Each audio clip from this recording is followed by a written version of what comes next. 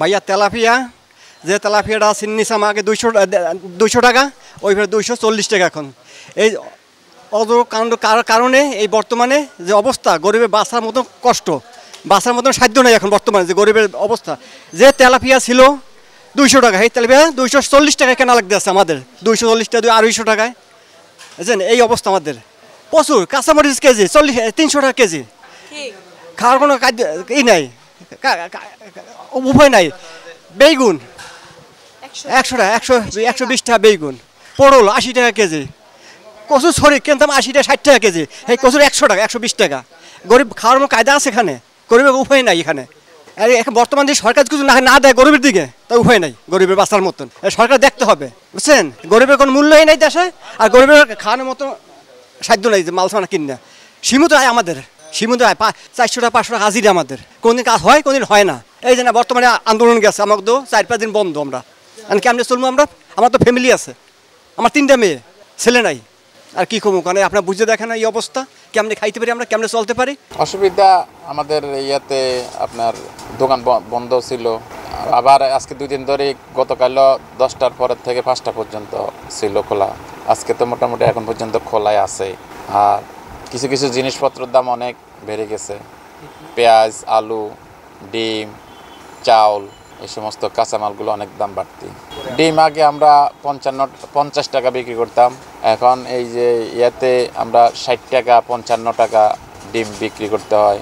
যেমন আবার পেঁয়াজ 120 টাকা, আলু 65-70 টাকা, তারপরে চাউল আগের থেকে মনে করেন বস্তাতে প্রায় 1-150 টাকা বাইরে গেছে হঠাৎ করে।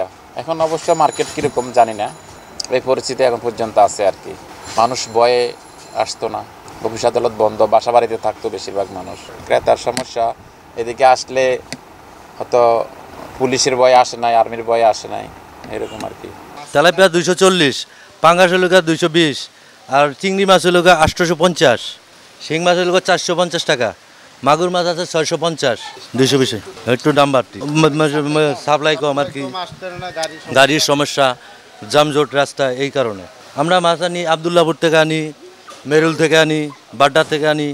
না, শিং মাছ অ্যাভেলেবেল যা আছে আগের দামই, 400-450 এরকম বিক্রি করি আর কি আমরা। সোনালি 280, 290, আর হচ্ছে আপনার লেয়ার 340। দাম একটু কমের দিকে এখন, মাঝখানে গাড়ি ঘোড়া বন্ধ ছিল, যার কারণে দামটা একটু বেশি ছিল। তখন 5-10 টাকা বেশি, আহামরি কোনো বেশি নেই। এখন গাড়িগুলো ঠিক হয়েছে, কিন্তু তারপরেও অতটুক এখনও ঠিক হয় নাই, 2-4-5 টাকা এদিক ওদিক থাকে আর। ক্রেতা আছে মোটামুটি, তবে আমাদের যে সন্তুষ্টজনক যে ক্রেতা, সেটা এখন নাই বর্তমানে। মানুষের কাছে টাকা নাই, মাসের শেষ, সব কিছু মিলে আমরা আর কি, আমাদের দোকান ভাড়া, কর্মচারী বেতনটা ওঠানো খুবই মুশকিল। মাল থাইকে যায়, কখনো 10টা থাকে, কোনো 20টা থাকে, এইভাবেই চলতেছে আর কি। মানে ব্যবসাটা চালায় রাখার দরকার এইভাবেই, মানে পেটের দায়, এই ছাড়া আর কিছু না। মালিকের কিছু থাকে না, মালিক অসহায় এখন। কর্মচারীর বেতন, মুরগির খাবার, আদার সব কিছু মিলায় আল্লাহ চালাই নিয়ে যাচ্ছে, এটাই আল্লাহর কাছে শুকরিয়া।